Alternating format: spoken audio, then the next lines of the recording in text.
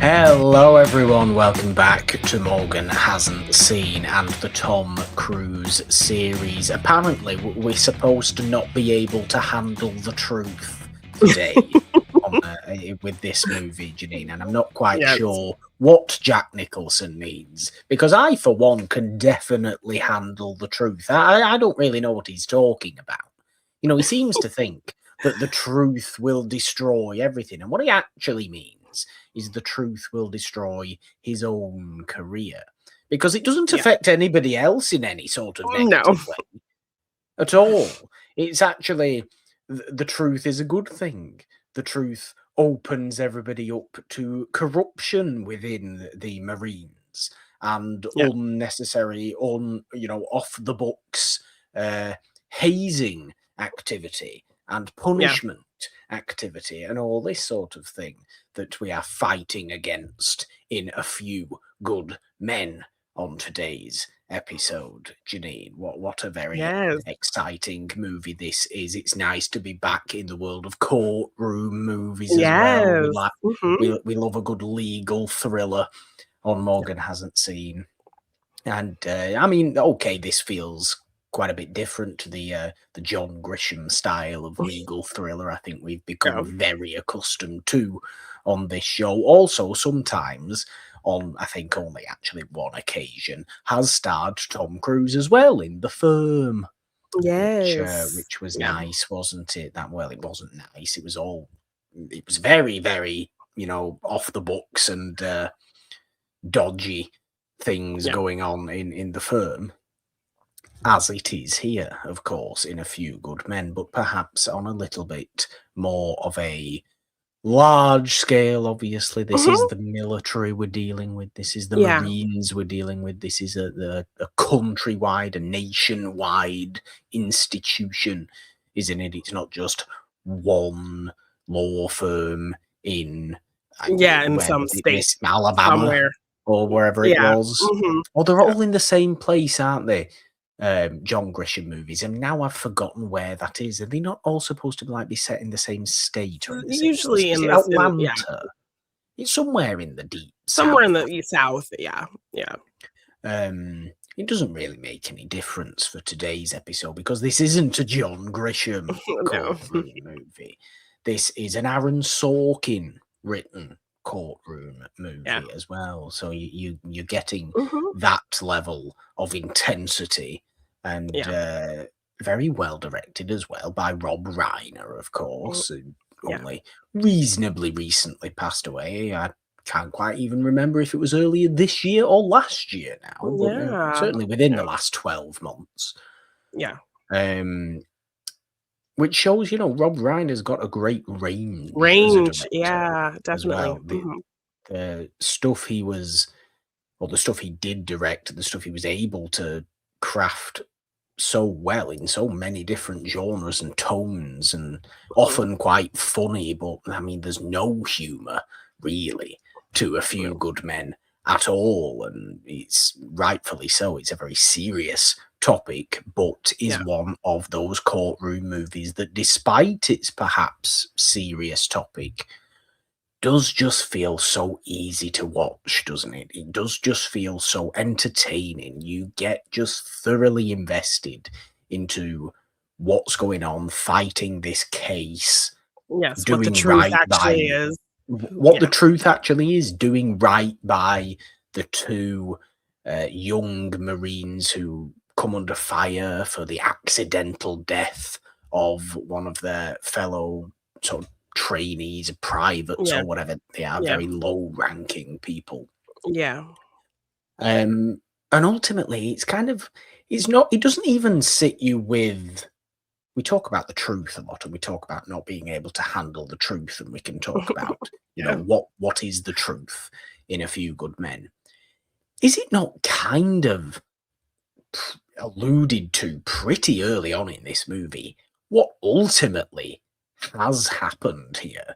And really, we're just fighting to force that out of the necessary people in a court of law, rather than it being this shock revelation to us, the viewer. I don't even think the revelation is a shock revelation to us, the viewer. I just think it's a confirmation for everybody watching it and everybody in that courtroom at that point that, oh my God, we can't actually believe they've come out and said that by the end of the movie. Yeah, and there's this interesting level of decorum and rank that plays into, military law that we kind of, get into that differs from probably like a regular like Southern courtroom like you were talking about in John Grisham, that factors in as well. So yeah, I think our characters who are working this case, pretty quickly come to the conclusion that Colonel Jessup, Jack Nicholson's character, is involved in this, had something to do with it. But it's about proving it. So that is the uphill battle. So it never is kind of like a mystery.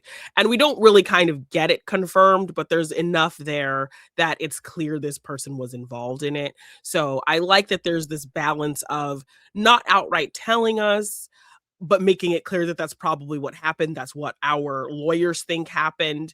But really focusing on the fact that it's like on them to prove it and still stay within the guidelines of military decorum in a courtroom and all of that kind of thing. So the obstacles are really interesting, and how they have to figure their way of getting to the truth, also very captivating. So it definitely makes it like, you could kind of think of it on its surface as a very traditional courtroom film, but it actually is operating with some interesting roadblocks for our characters that I don't think you see in other courtroom films. So very much so. Certainly like contemporary courtroom movies. I mean, you can go to period-based courtroom movies and the world sees things in a different way, so there can be certain roadblocks there. But this is obviously a present-day setting. So there's no, yes, okay, it's a 1992 movie, the movie's 34 years old at this point, but it still feels contemporary. It still feels not dated in terms of language or decorum, as you're saying, or any of these blockers that you may face. This is how the military is. This is how one must behave when one is in the military. And the central interesting question of A Few Good Men really is, when do you not take an order? And what does not taking an order mean? Because what's more illegal, not taking an order or taking an illegal order? That's the central question, and it's a pretty unanswerable question. Even in this movie, the movie doesn't quite ever answer that question. It comes to the conclusion almost of, yes, you are not at fault. Ultimately, I know we're jumping way ahead, but I find it fascinating that we come to the conclusion of, no, you're not at fault for this horrible thing because you did take an order and you're supposed to take an order. However, the order was illegal. So therefore, it was not, they call it something like it is behavior that does not befit the Marine Corps or something like that.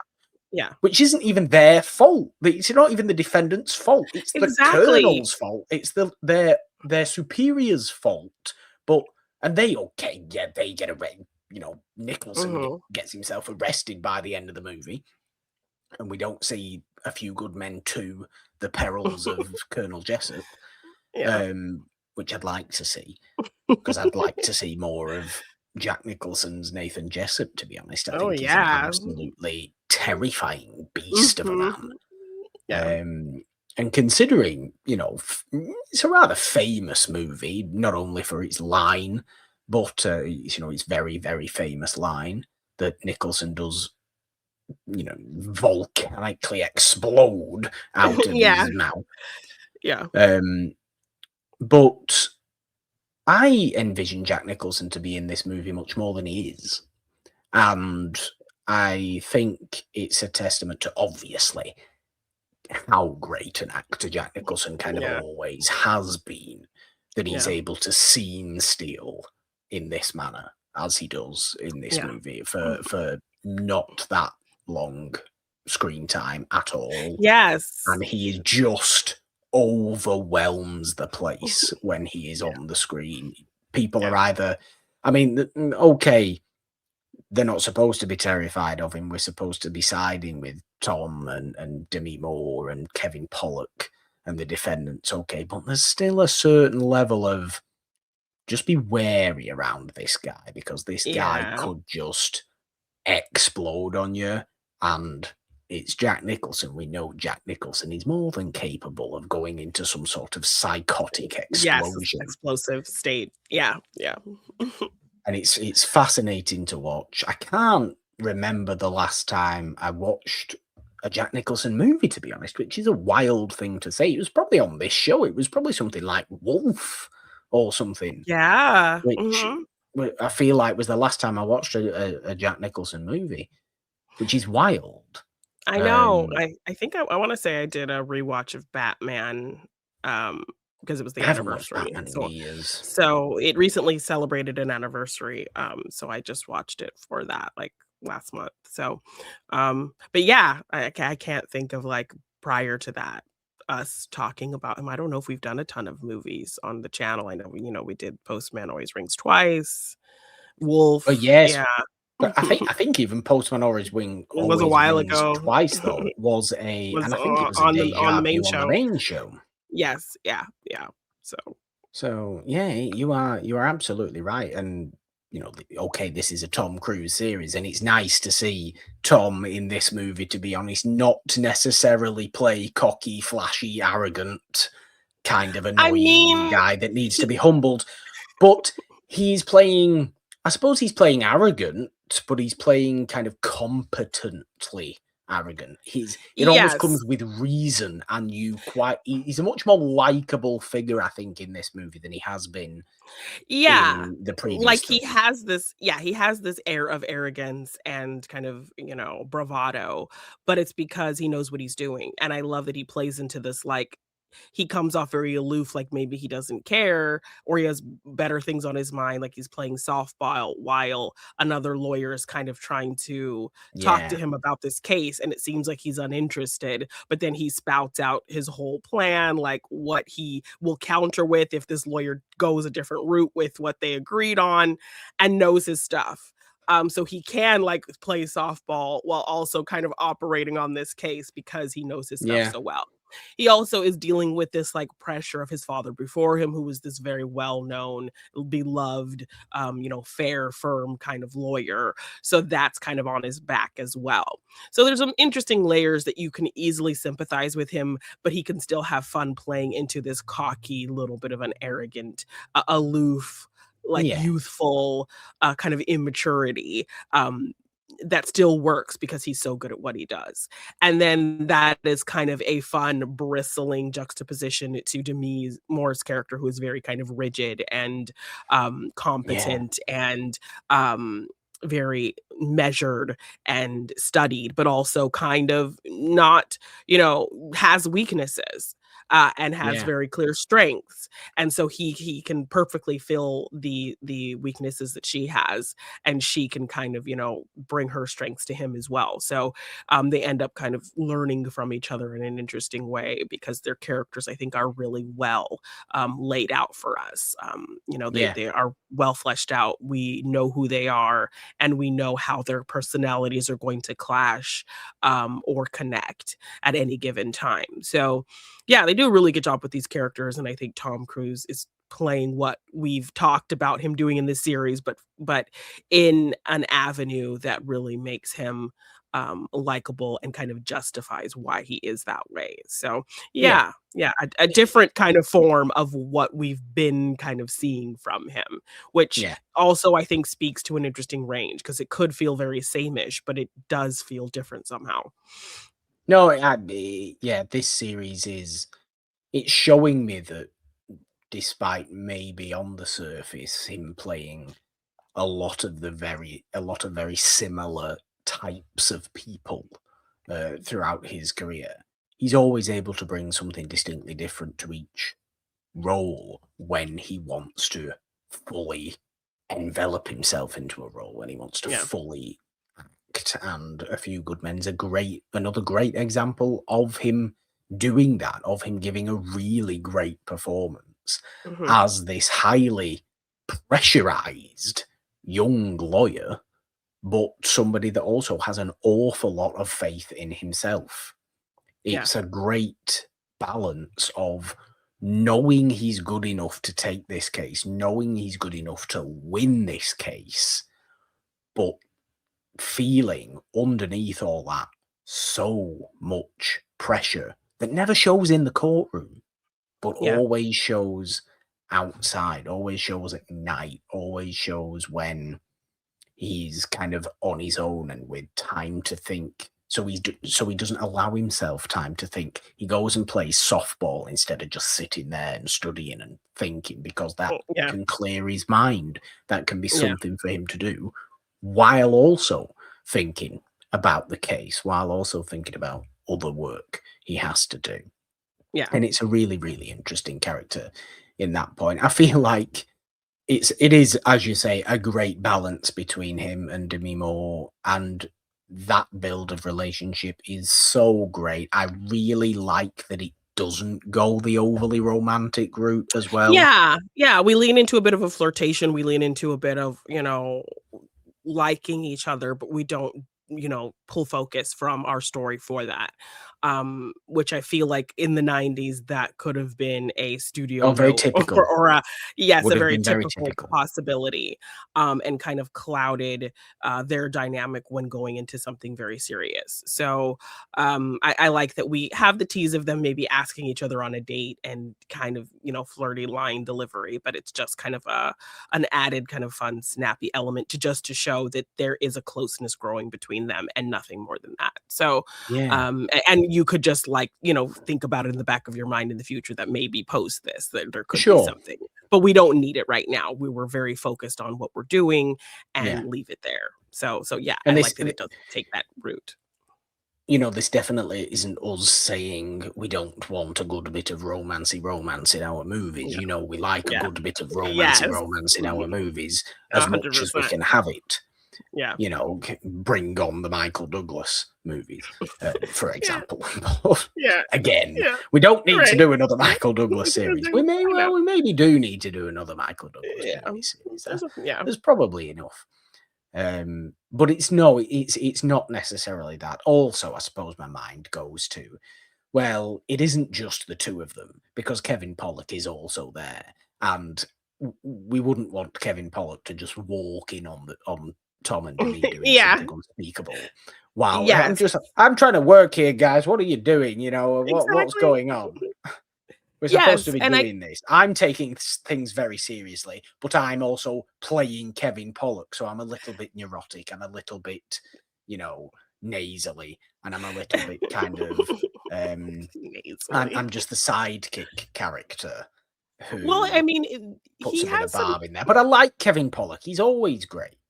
yes, and I think he has some interesting elements as well because I think he also has that father lawyer, He does. legacy Yeah, he thing does. going. He has a family he's dealing with, and he's coming in with a perspective that he does think their clients are guilty.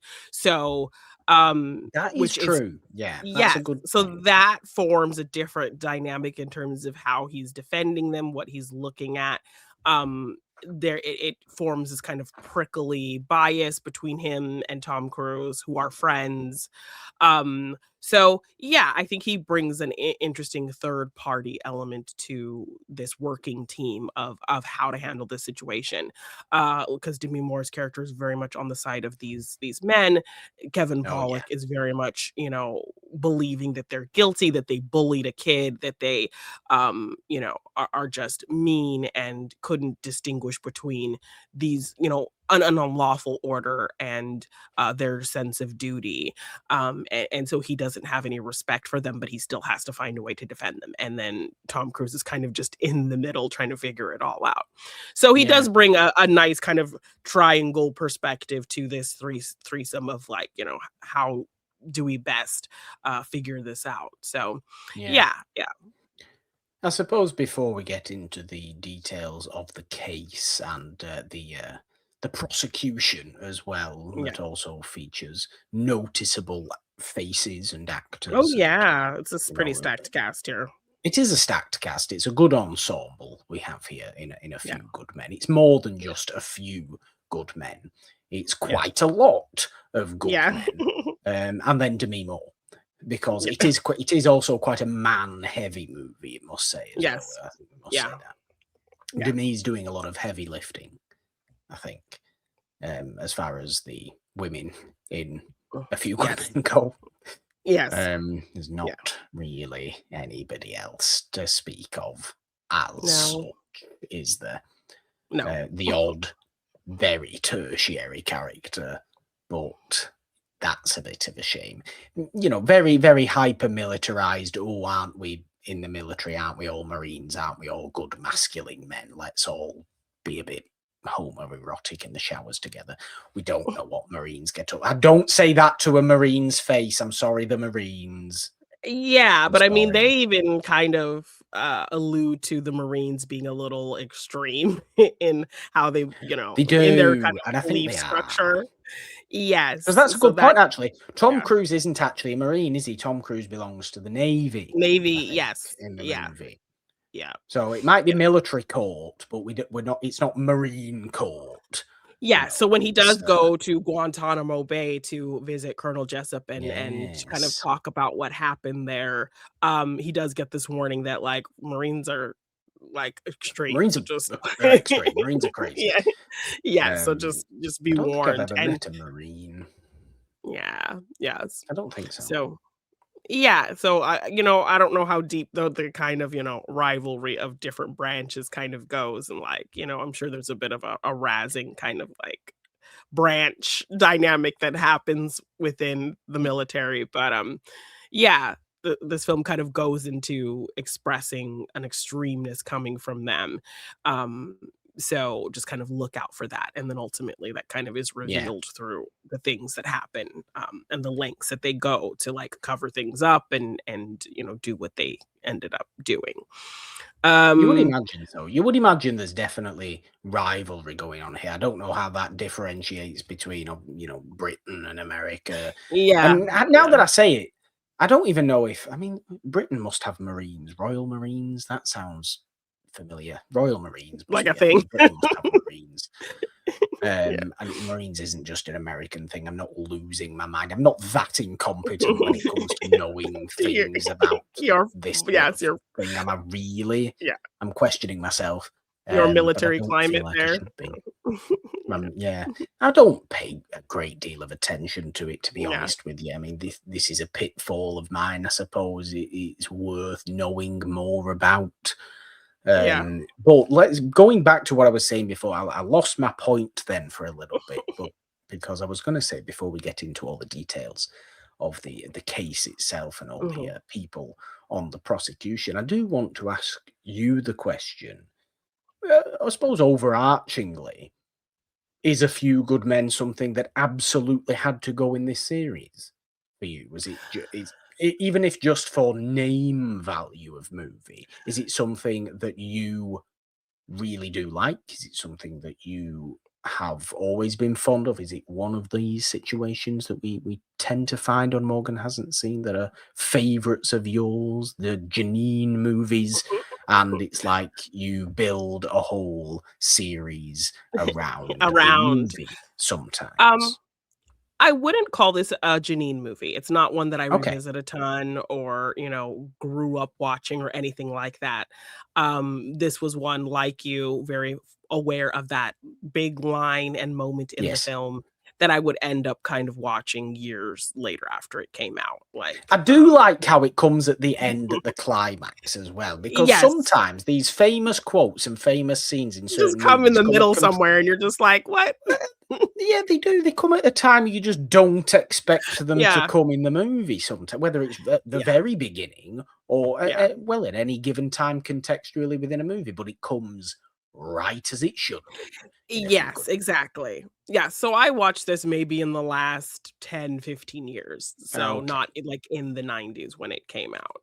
Um, But yeah, I think this was one that I had debated including in the courtroom series that we did, but I Mm, ultimately ended up going with this genre theme with that. So we had like a courtroom film that was a thriller, we had a courtroom film that was a that's right. horror, we had a courtroom film that was comedy, and we had a courtroom film that was a drama. So it was like going with that kind of genre style, I didn't know where to fit that, and we were already kind of doing a lot of movies for that one. I think we ended up having Yeah. 5 movies, but I think we ended up doing, I think, My Cousin Vinny and Legally Blonde maybe as a double feature episode, I Yes, as wanna a double say. feature, I believe. Yeah, so, that series was already kind of being jam-packed and then ended up having this kind of genre, theme to it, so this one wasn't going to fit in. Um, so ultimately the best way to kind of squeeze it in was in a Tom Cruise series that I had thought about kind of down the line. Yeah. And I think in terms of, biggest maybe movie moments that, you have no context for, this and Jerry Maguire are probably gonna be the biggest ones in this Yeah. series. So I thought that would be kind of fun to finally unpack for you and have you finally see. And just the cast and also the passing of Rob Reiner and just getting to Yeah. celebrate his range again and, Aaron Sorkin's writing, so just a lot going for this film that I think you would have really enjoyed, really entertaining, just great people behind the scenes and in front of the camera, and a great kind of pop culture movie moment that, I wanted you to finally have the context for. So, yeah, Yeah. a lot of factors going into this choice, for sure, and just a film that I really enjoy, so it's kind of like I do need to kind of revisit this film more because it's great. So, It really is. It yeah, really is. It does, it makes sense, all that yeah. that you're saying. I certainly am looking forward to Jerry Maguire as well and seeing the famous Tom Cruise shouting in that movie as well as obviously the famous Tom Cruise Yeah, shouting in this movie that we get. He's always doing yeah, some sort of shouting, isn't he? Whenever there's some sort of notable line quote or any such thing yeah. from Tom, it's always in a raised voice. He's Yes. demanding the truth, or he's demanding answers first from Yes, Colonel yes, Jessup in this movie, and then yes. he's barbing with him. You want answers? I think I'm entitled to them.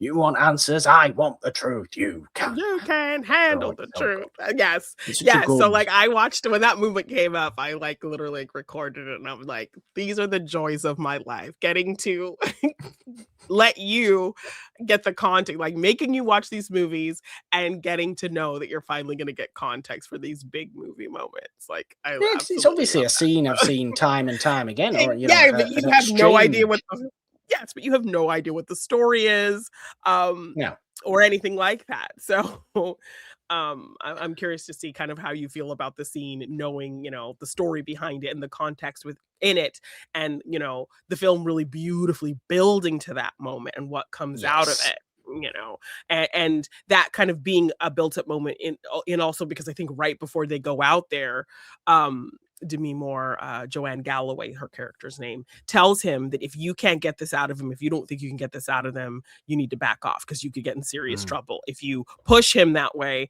and it doesn't work out. yeah, So the pressure to get him to be mad enough to reveal what he reveals, it was also a big gamble. So that kind of build up to this big line as well, I think also makes it super exciting. And I can imagine for you as a yeah. first time watch, having that be a part of the context would also be very exciting. So Yeah, I mean, but it's not even. We are working kind of backwards, back to front yeah, here with a few yeah, things, man. But it's not even the "you can't handle the truth" line that is the.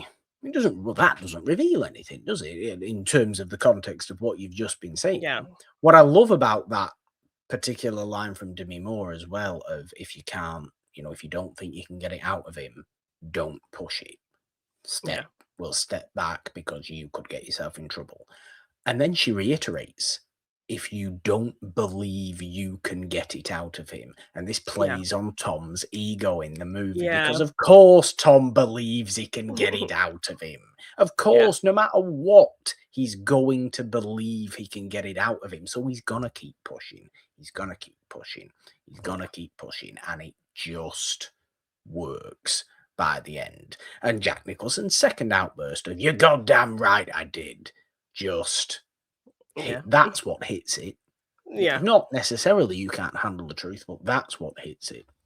And they win the day, ultimately. I mean, it's not a total 100%, yay, let's all go out celebrating and partying win, but it's a great victory for their side of the case. And let's speak a bit more about this case, because obviously there's a lot going on here. What do we feel about the poor private who was bullied, Willie Santiago, who was shunned and bullied by his platoon or whatever it is, company in Guantanamo Bay? Well, at Guantanamo Bay. They're not in Guantanamo. They're not in the prison.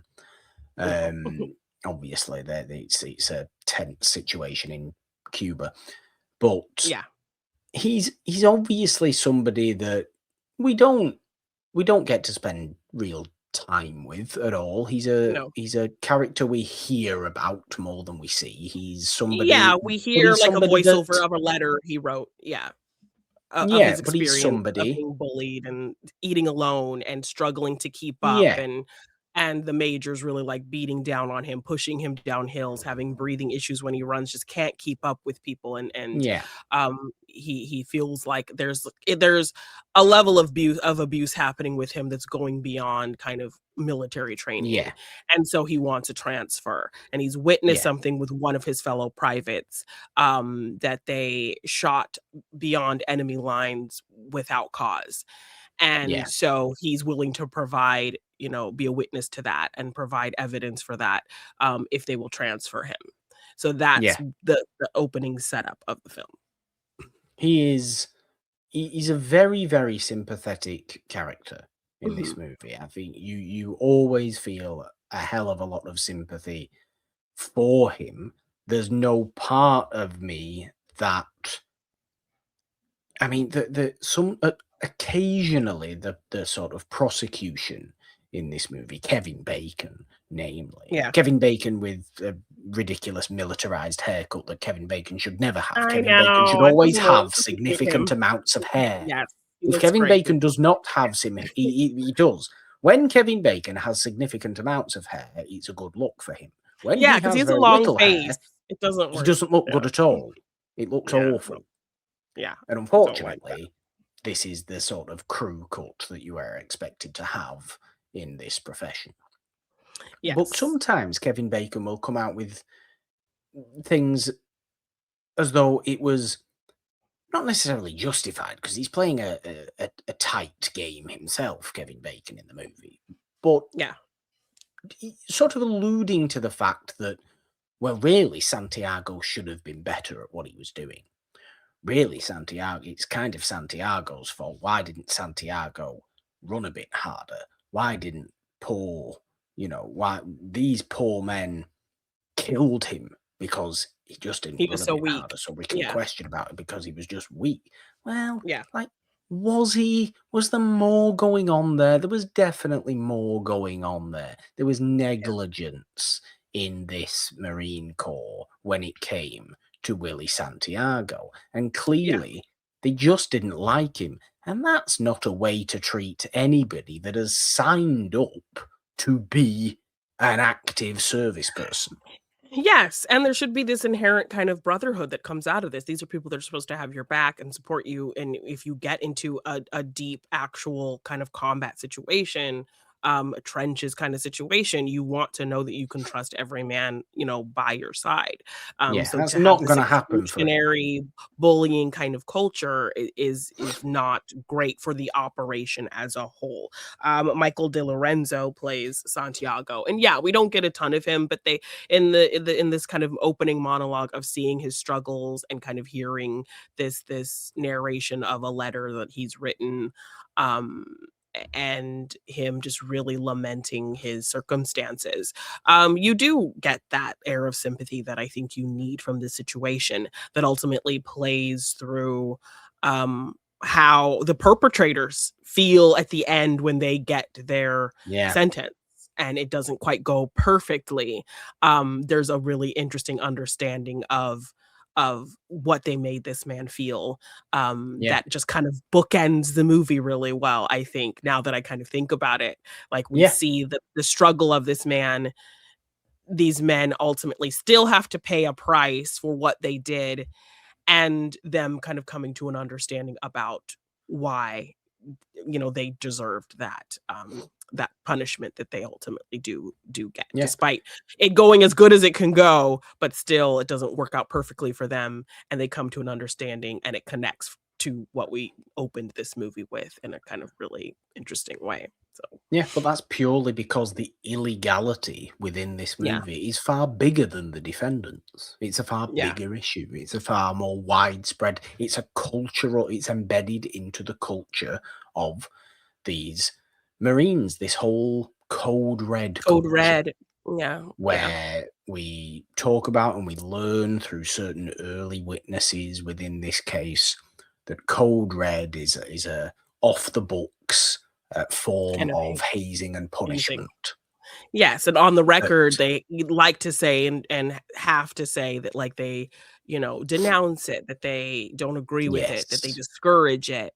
But which Jessup is very kind of honest about in, like, his harshest moments, that he puts it on record that he discourages it, but he also is very honest and doesn't hide his belief that he thinks it makes things better, and it's a learning kind of curve for these people, and it's a tough lesson that they need to kind of learn. So he likes it. He likes it as a practice, but he has to say that he discourages it on base. So he's very honest about his personal feelings and what kind of he's supposed to say. So we do see it early on, don't we? Yeah, he says that in a meeting with, I think, Tom Cruise and Demi Moore's characters, and tells them that, we say we discourage it, but I think it makes real tough Marines kind of thing. So he says it in the same breath. Well, Nicholson immediately doesn't like Tom Cruise in this movie either, though, because he with his Harvard mouth and his, let's not use offensive slurs, white jacket or something. Yes, he uses an F slur on him to mock. He uses homophobic language, does Jack? Yes, in this movie, yes, to mock his naval uniform. So because the Navy are obviously there's this the stereotype of the Navy that's often hilarious, but also maybe a little bit unfounded. Maybe quite found. We don't know. The stereotype must come from somewhere. There must have been some sort of naval situation going on in the distant past where one guy, and they turned it into a whole. They just turned it into a whole thing. And then every gay man goes in the Navy. There's no gay men in the Army, but they're all in the Navy. How does that work? Right. Doesn't make sense. Exactly. Where's this come from? He is very harsh with them, which just makes him, suspect number one. But ultimately, it's this whole concept of having to figure out how to prove that. So Nicholson is not, as Jessup, is not doing much to hide his disdain for a lot of things happening around this case. His unwillingness to really say what they're asking him straight on. He kind of dances around it with this gruff, bravado. But he's very blunt about other things that he probably thinks my rank and my status can let me get away with. So I can tell you that I'm okay. I can tell you that I believe in the value of a Code Red while also telling you what, the polished line of I discourage it on my base. But when you ask me very specific questions about this case, I can just, throw some cold little anecdote at you and not answer your question. So that's he's very great at this game playing kind of slimy character that is clearly involved, but our characters just have to find a way to prove it without disrupting the rank kind of law of Yeah. everything as well. So it's a really interesting, sparky dynamic whenever Jessup is on screen, particularly with our characters of Yeah. Daniel Caffey, played by Tom Cruise, Yes. and Galloway, Demi Moore's character. So Jessup's obviously also by far the smartest man on that side of this case as well.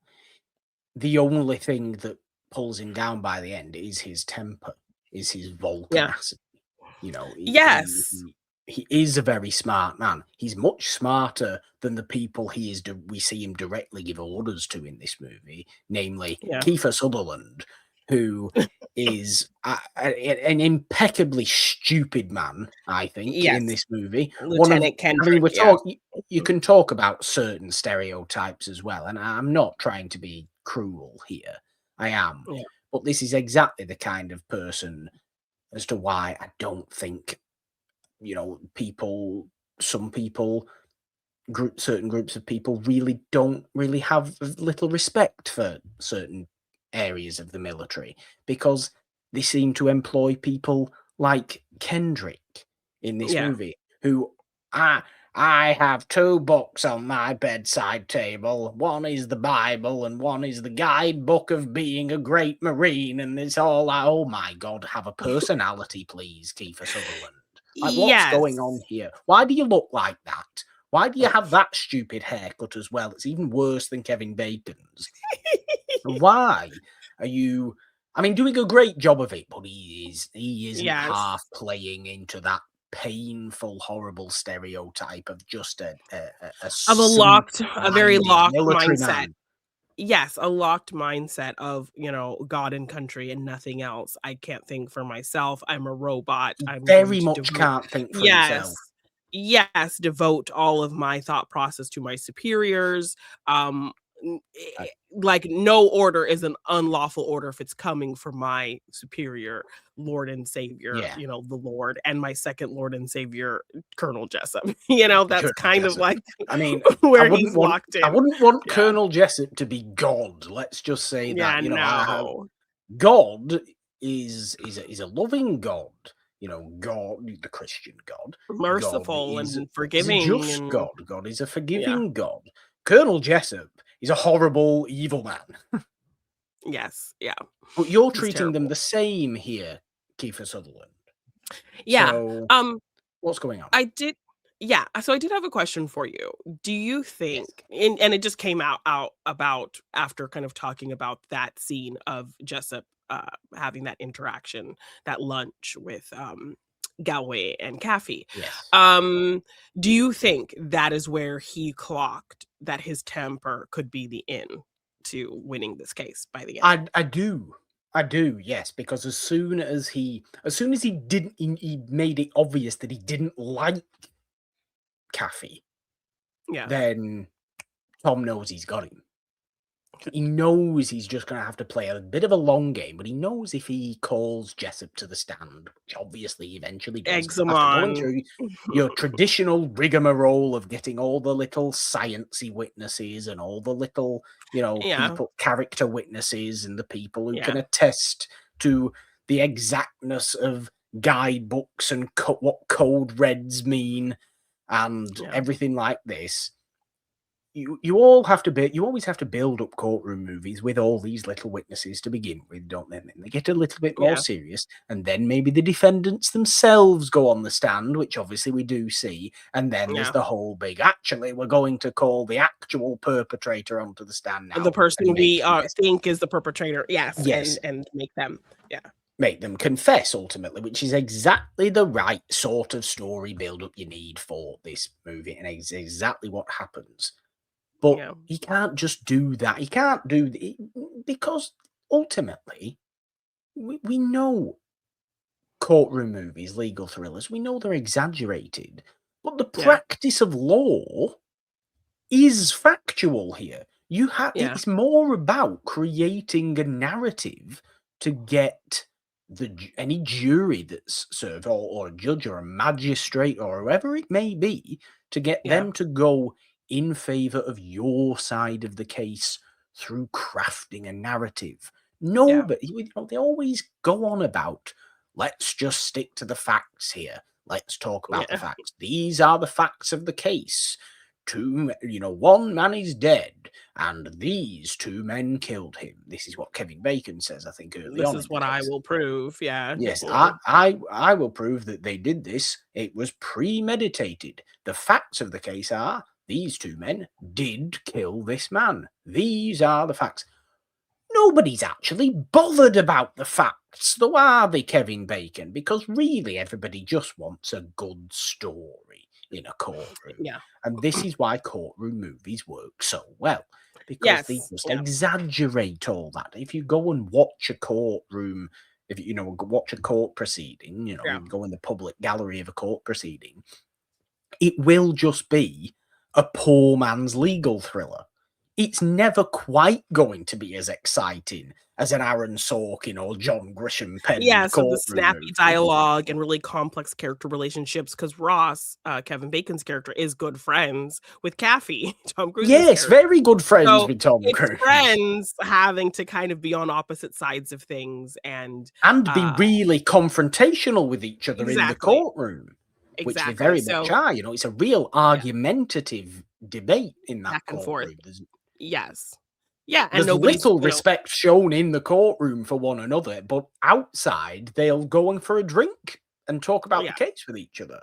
And it's crazy to see that.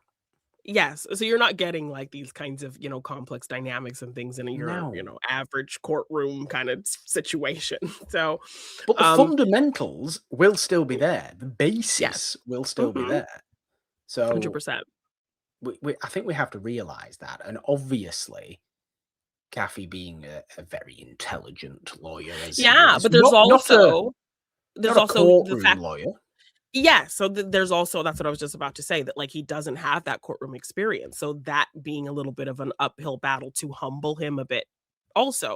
Because yes, he's very good at what he does. He's won a bunch of cases, this and that and the other, but he does not have the courtroom experience. So that just also being something to kind of bring down his ego in terms of how good he is to a measured area where he has to kind of focus it on a public stage.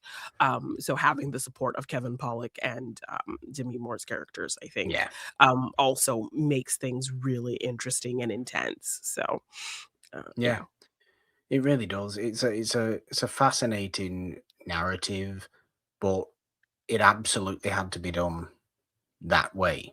It was the only way that Kaffee could have won, by building everything up like this. Having that one bit of a downturn when obviously one of the defendants does end up going on the stand and kind of fumbling a bit, and Kevin Bacon really winning that side of the debate and it not looking great. But you always need that downturn for the final push upwards, don't you? Exactly. So Downey and Dawson are our defendants, these two men. I think Downey is the one who very much is naive, doesn't quite understand things. He feels like just like a young Southern boy who left his little town, his little bubble to join the military. So that's really all he knows. And Dawson is more, intelligent, more focused, more worldly, and is kind of a support to Downey. He kind of explains things to him that don't make sense. And he's also, I think, a rank above. So he is superior to Downey as well. So he is very much a point of needed guidance for Downey, who doesn't always understand the big words or, gets frazzled when something gets complicated for him. So Dawson has to kind of protect him and support him in that way.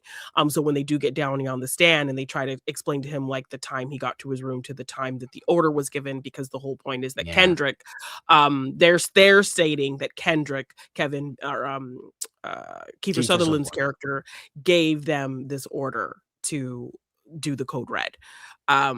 After there was a broad thing of a broad meeting where Kendrick told everybody Santiago can't be touched. He's leaving the space tomorrow. Leave him alone. Then because this is what Jessup told Kendrick to say to everybody. Yes. And so Dawson and Downey say that after that meeting where was said in front of everybody to not touch Santiago, that there was a separate order given after that to just them to go to Yeah. Santiago's room and do the code red, which we do see this all play out in the very beginning of the film. We see, we hear Santiago's story, and then we see him in bed at night. Dawson and Downey go in his room, grab him, tie him up, stuff a sock in his mouth, tape his mouth.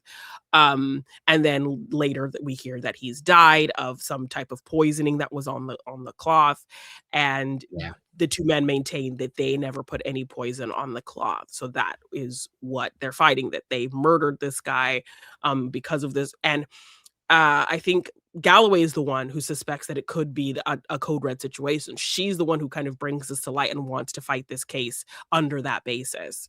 Yeah.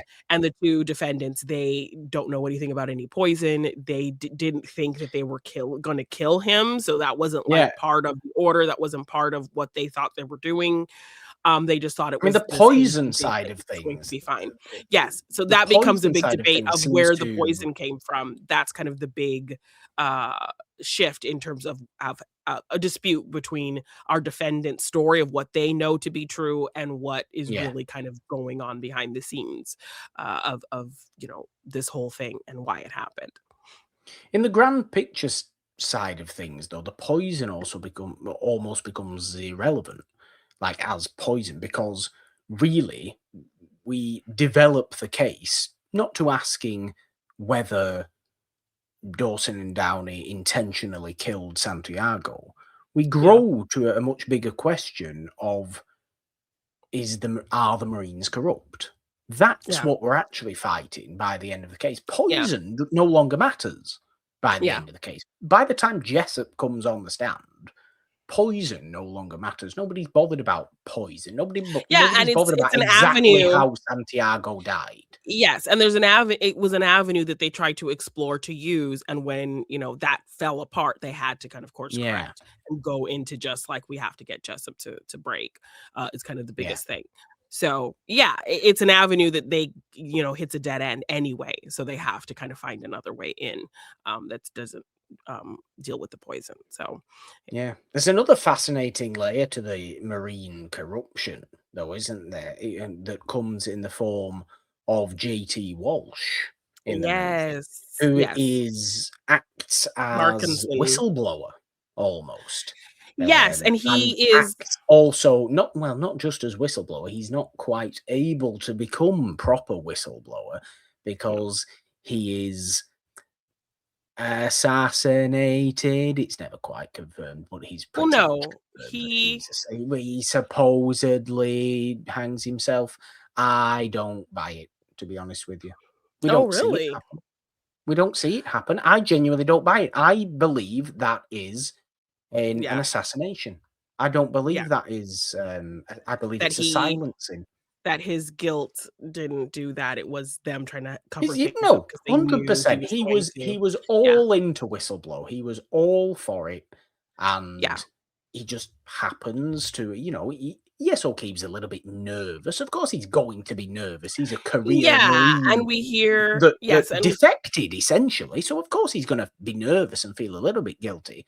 Maybe this is me. Maybe this is reading something that isn't there.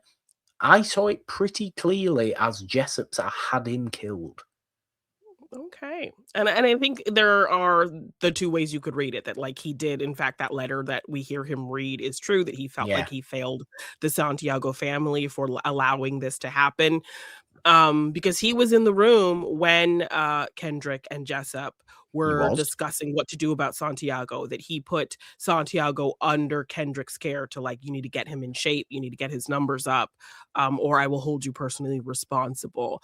We're not sending this kid anywhere. This letter's not getting out. We're not letting anybody know about one of our privates shooting, over enemy lines. Um, so, like, Jessup was very clear about not wanting this out. Markinson's trying to be the voice of reason, saying, "I don't think we can do this. I think we should just let this kid have his change of to leave."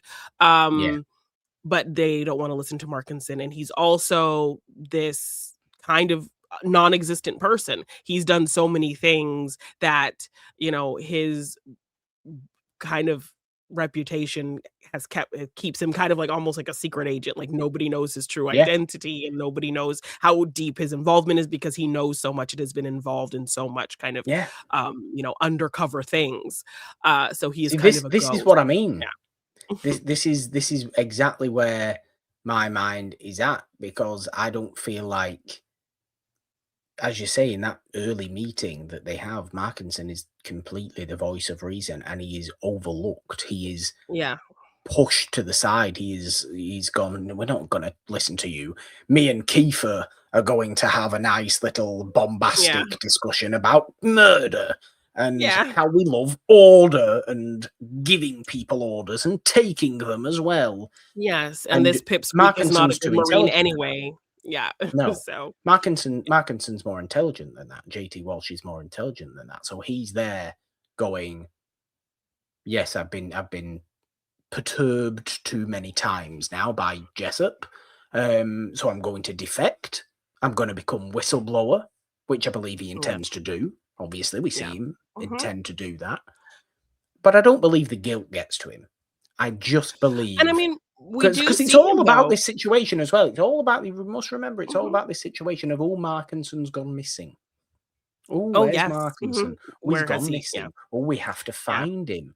So when he is found, I mean, he does okay. He comes to Kathy, he comes to Tom Cruise. yeah, But ultimately, he's then found.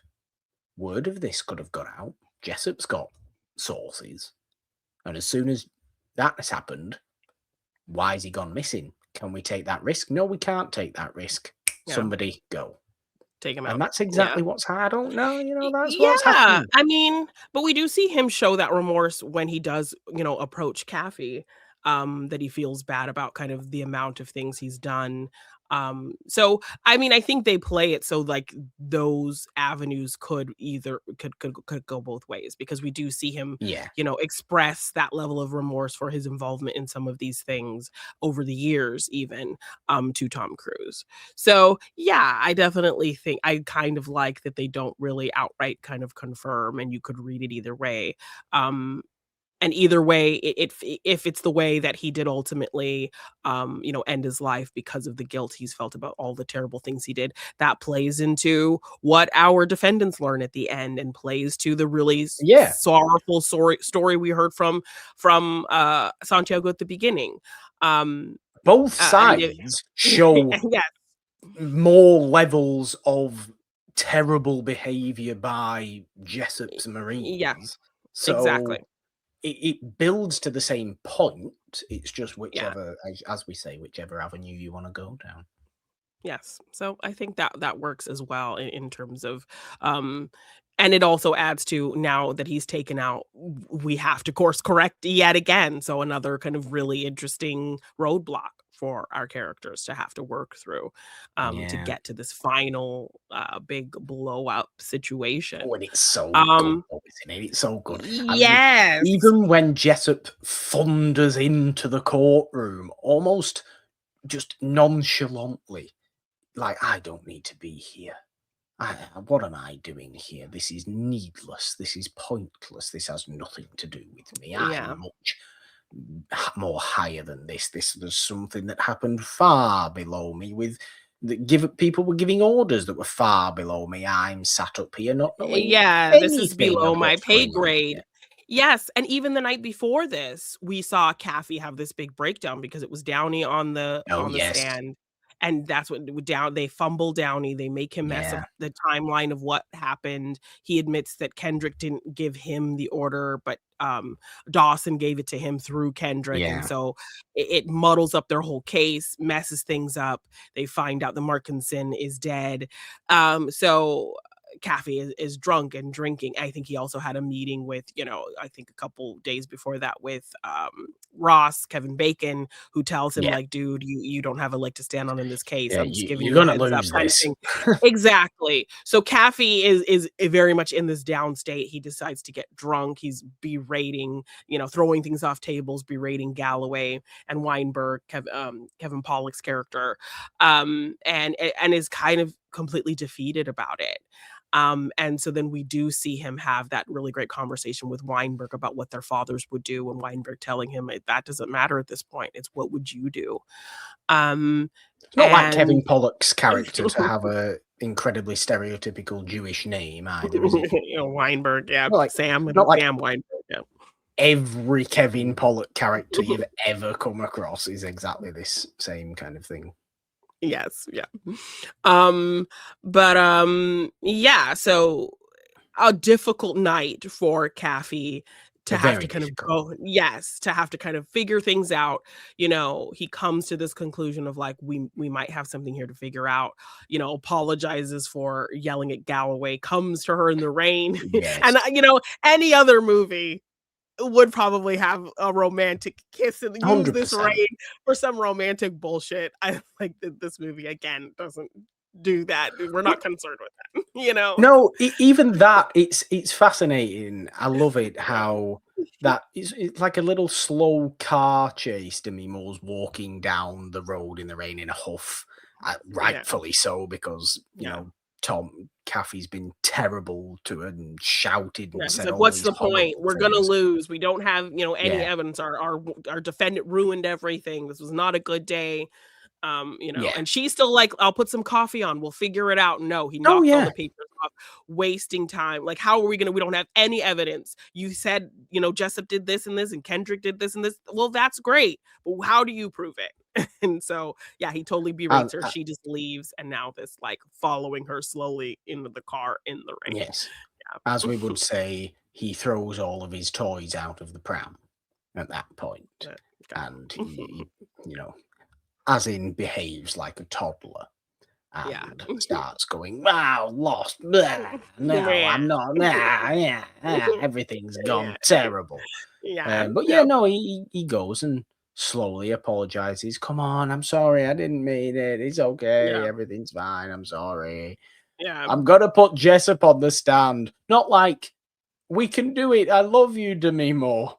We're gonna Right? put Jessup on the stand." And she's like, "Ooh, okay, let's go. Yeah. Let's No. go. Let's go put Exactly. Jessup Yeah. on the stand." And Yeah. there, So I like and then we get the conversation that we were talking about much earlier on, which is just remember, if you don't believe you can get him to talk, don't yeah. push. Don't push it. If Yeah. you don't believe, don't push. And she 'Cause has to reiterate it, and she has to say, because she's yes, making that point to him of, "Oh that yes, like it I is believe, actually just all and about my belief." yes, and her kind of low key saying she believes in him too, like kind of thing. Exactly. I read it that way at Exactly. least. So yes, getting to kind of what you had started saying, is Jessup and the buildup of him coming into this courtroom, the doors opening, him walking in, pompous, really like, why am I here? This is so below my pay grade situation, and so Kaffee kind of easing into this, kind of talking about, you say that Santiago was set to leave the base that next day. When you traveled, what did you do? You made a couple phone calls, you packed a bag, an overnight bag, an outfit for the next day, all of this stuff you packed and did. Yeah. Santiago didn't call anybody. All his clothes were still hanging in his closet. He didn't have a bag packed. So if If he he was was all going to set to go go, very early the next yes, morning, why was he not why packed? exactly. So he tries to like frame it and like, the jury kind of sits up like, "Oh, that's interesting." Oh, the judge, "Oh, it's Yes. interesting."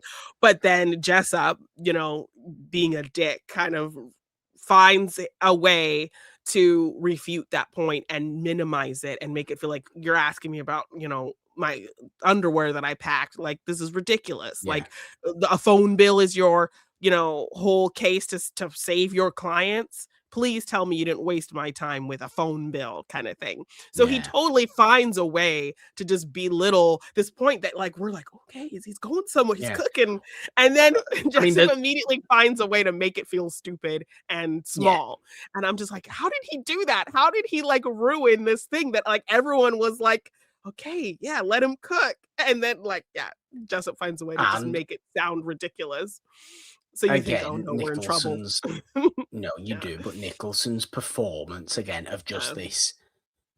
this is beneath me, Yeah. tired, just sort of what is this patheticness Yeah. performance that he's giving is so pitch perfect. Yes. And Kaffee has to like take a beat and we don't know, like, does he have a plan? What is he gonna do? Like, he's not saying anything. Do you have any more questions for your, Come for your witness on, here? Tom. And he doesn't say anything. Even there's one point that the judge starts to be like, "Oh, come on, you might be onto something here." Exactly. You can And come Caffey's on. just sat there, he's looking away, and Jessup thinks, "He doesn't have anything else for me," and gets up and starts walking out, and Caffey's like, "I didn't dismiss you. Yeah. I'm not done with you yet." But Which that long gets him up, doesn't it? That gets he's like, Jessup's "Excuse me?" hair up. Yeah, yes, and he's, like, telling, "You need to, address me as sir," kinda thing. So, but, like, that whole breath that it takes of Caffey Yeah, kind of getting thrown off, and Jessup thinking he's got him, or scared him because of that tough, bravado that he puts on, and Caffey's not saying anything, he's looking away, he's turned away, he doesn't know what to do, like, it feels, "Oh my gosh, he's lost," you know, what is he gonna do? And they give that moment so much delicious time to breathe, I they think. do. So well done. So when Jessup just gets up and starts, smugly walking out, and Caffey turns around and says, "No, I'm not done with you," we were like, "Oh, no." He was not nervous. He's just, like, building up to the moment that Demi warned him about. He's building up Yeah, to get this man riled up. yeah. Um and he gets him back on the stand, addresses him as sir, whatever, and then starts going into the buildup of what he wants him to say, and he's learned at this point the right buttons to press, and he's Yeah. going in these avenues, and he's being very strategic about how far to push and what to push, and making it feel relevant to the case because he doesn't want to get objections for just like veering off subject and all of these kinds of No. things. So But the little he's yeah, anchoring each thing. everything with Yeah, a kind of, "You don't yeah, like my Harvard mouth talking to you like this, do you, sir?" And things yeah, like that, just yeah. really passive aggressiveness from Yes. Catholic that really just gets him Starts boiling. seething. Yeah. It's so good. Yes. And it all builds to that, "I want the truth, you can't handle the truth." It So when you builds heard to it, "You can't handle with the all truth." the build, the Yeah. context now, what was your feeling in that moment of No, it hearing the is. lines? It is. As I said before, it's such a satisfying build and Yeah, payoff at that point, yeah, but not even the proper payoff of that whole scene. There's still more after that yeah, scene, just a little bit. But Jessup once "You can't handle the truth" is said, Jessup is on full explosive Oh, quality. yes. There's nothing Yes. getting him back down. There's nothing He's getting him back off that. justifying, like, that line he says about, "I don't need to listen to you, your sniveling, whiny self kind of Yeah, criticize my form of protection and how I provide it to you, you're yeah, safe because of me, and I don't need you criticizing how I keep you safe when you've never been yeah. in it, when you've never been in the trenches, when you've never fought any battles and all this kind of thing." He goes off on a rant He after does. that. Yeah, it's a great kind of He does. monologue that he just pops off on after that moment, after that very big iconic moment. He continues it going, and keeps the tempo Yeah. simmering so strong throughout it. So that whole But then scene, it's just like, that great. constant barbing of, Yeah. "Did you order the code red? Did you order," during that rant Mhm, when obviously Nicholson's going to finish his rant. He's mhm. going to say what he Yeah, needs to say. He's going to try and put Caffey in his place yeah, as much as is humanly possible. yeah, But Caffey keeps going with, "Did you order the code red? Did you order the code red? Did you order the code red? Colonel, answer the question. Did you order the code red?" Even the yeah, judge says, "Colonel, yeah. please answer the So the question. question. Did you please answer the question. Did you order the code red?" "You're goddamn right I Damn did." right I did. And Ah! then basically Jessup sits there and goes, "It." He just sits there I did going, it. "God, I did it. I did it. oh no. I've done Yes. it. And now I've got a load of egg on my face." Yeah. And Tom stands there, and just a little bit of a smirky smirk comes on his face. Yes, And and we're even when they're all arresting heaving Jessup, away. Jessup doesn't understand what's happening because he thinks his No, rank and Jessup everything starts else is going to going for protect Tom him. Cruise at one point. He Yeah. starts trying to throw punches in the courtroom at one Yeah. point. It's hilarious. What's he trying to prove? Like here? he doesn't understand. Yeah, he doesn't understand. Like he thinks his rank and everything is going to protect him from what he just said. So when they're trying to cart him away, he's like, "What are you doing?" Like, People in yeah, power, people in take them yeah. down, take down the people in power. Yes, Is what but it's then about. we do get the ultimate verdict for our defendants, Downey and Yes, we do. Dawson. Yes, we do. Yes. So how did you feel about them completely, like, the charges get dropped. Yeah, They do there's no ultimately. murder charge, there's no Yeah, conspiracy to murder charge, but there is the no. charge of behavior unbecoming of a Marine and therefore resulting in a dishonorable discharge from the Marines, but no Yes, and criminal, they do. Yes. sort of And they record. get time served, so they get off of Yes. that. They do get dishonorably discharged, and so that is kind of the blow of what ultimately happens, and poor Downey, not really understanding, and Dawson having to No, he explain it to doesn't. him.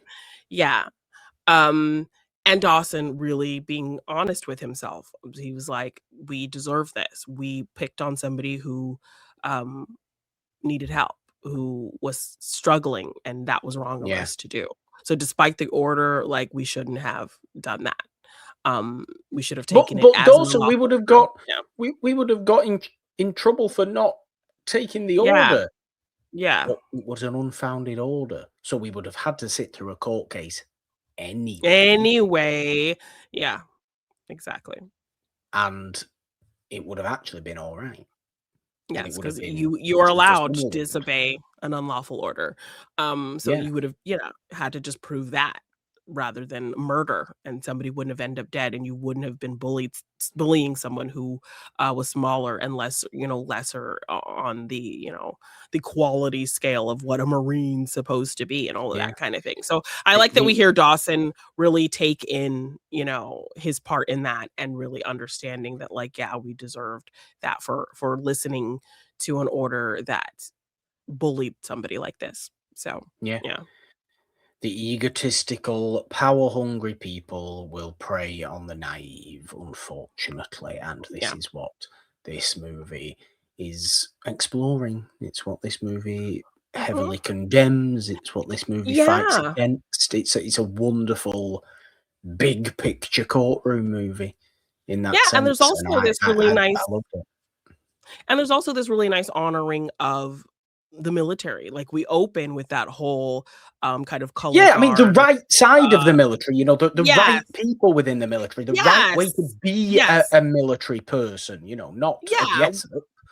We open with that whole kind of color guard sequence of them, doing the twirling and stuff with the guns and all of that Yes. ceremony, and hear the military music and all of that. So there's this care of really kind of respecting it and showcasing, um, you know, them as a It's having whole, faith I that think. there are Yeah. that's what it means, a few good men. All it Mhm. takes is a few good Yeah. men to Yeah. make this institution a great Mhm. one, because, Yeah. there's times when you are absolutely in need of military. So, Yeah. y Yes. you need a good, competent, Mhm. and respectful, but also, like, pleasant military. Yeah. You don't need the Jessups and the Kiefer Sutherlands and the people like that, who Yeah. is the reason it is those kind of people that sour people's images of the military. And I don't think some people who are obviously very militaristic people, even some people within the military, I don't think they quite realize why people's image of the military is so sour. And this can be American military, British Mhm. military, French military, whatever it may be, wherever you are in the world. Yeah. But I don't think some people realize why people will say, "Oh, I don't like the military." But it's because of the prevalence of military men like Nathan Jessup here, Yeah. and Kendrick here.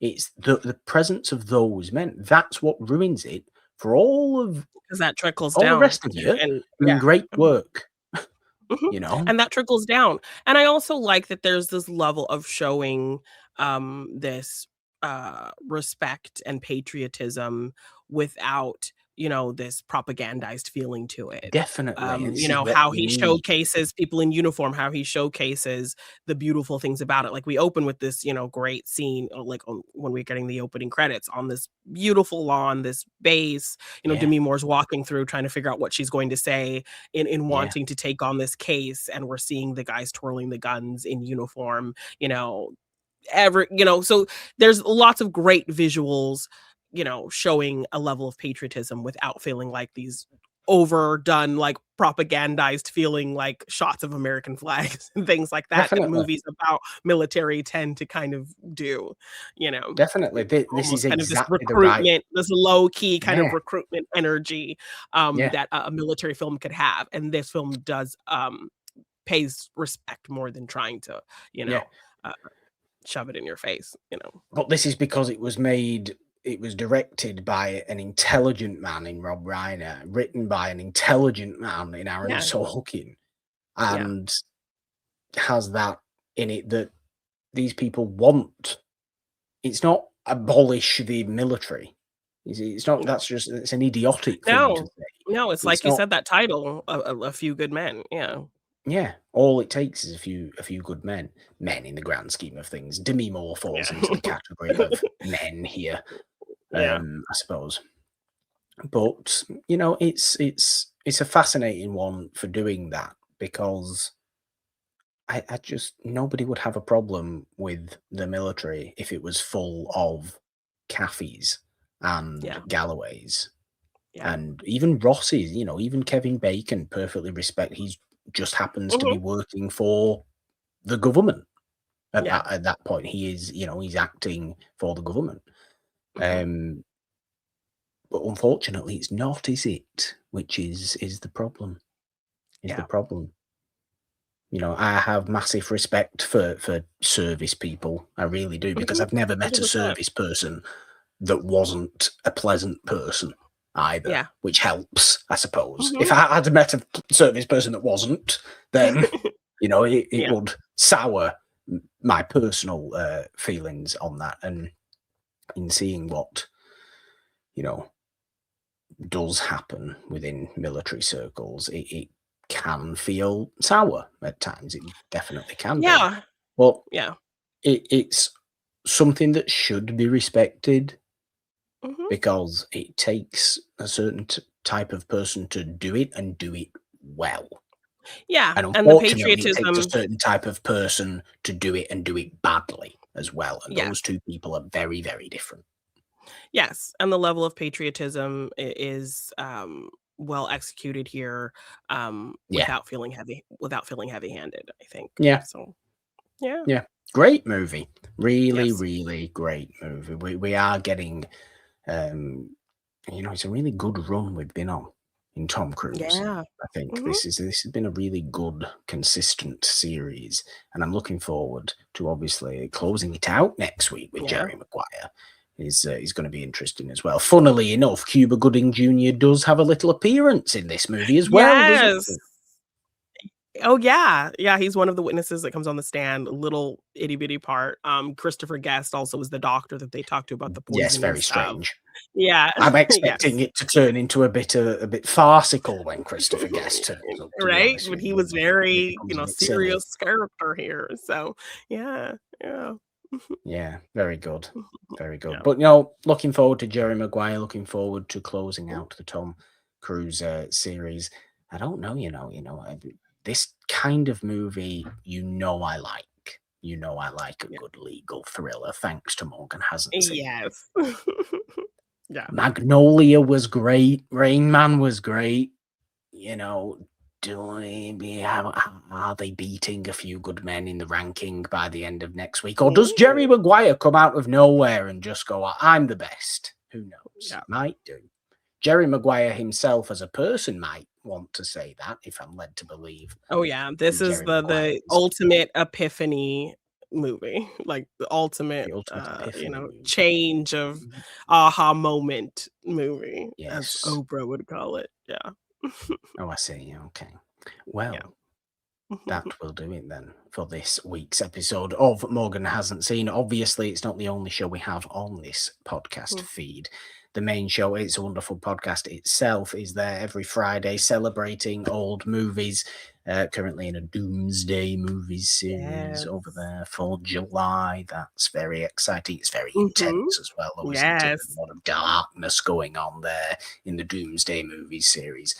And our TV-based shows on a Monday, diving into Doctor Who and discovering Dawson's Creek, of course, as well. Do subscribe to this podcast feed wherever you are listening today. Leave your comments on Spotify, rate, review, like, and share wherever else you may be at, whether that be Apple Podcasts, Amazon Music, or any such other place. And of course, if you are watching today's special video podcast episode, do subscribe and ding your notification bell on the It's a Wonderful Podcast YouTube channel as well for all our video shows and other things. If you would like to support us on Patreon or donate in any way, find the links to do that in the description of the episode, and of course find us on and across all the social media on the app formerly known as Twitter and on Blue Sky at It's a Wonderful One. Find me on the app formerly known as Twitter at the Purple Dawn with a 3 instead of the E in there, because, Jeannine? 3 is a magic number. On Instagram, TikTok, and Blue Sky at the Purple Dawn. All your good men are where? You can find me at Jeannine _ on Twitter, Jeannine on Instagram, TikTok, and Blue Sky. And if you want to get any merch for any of our shows, just check the description for the link or search G9 Design on tpublic.com. And I'm really scared because I know what you're going to try to make me do, and I can't do it. Everybody can. Everybody can do a Jack Nicholson to a degree, can't they? Mine is very bad. You just have to be. I'm trying to get down there. You gotta get the. You'll get the purr of it, the growl of it. That's a nice noise for people to hear. I mean, people have turned off at this point. They don't want to. They don't want to listen to this. Good. Nobody will hear it. How bad this is. 3, 2, 1. Bye. Yeah. Give us some note today. This feels military. Yes.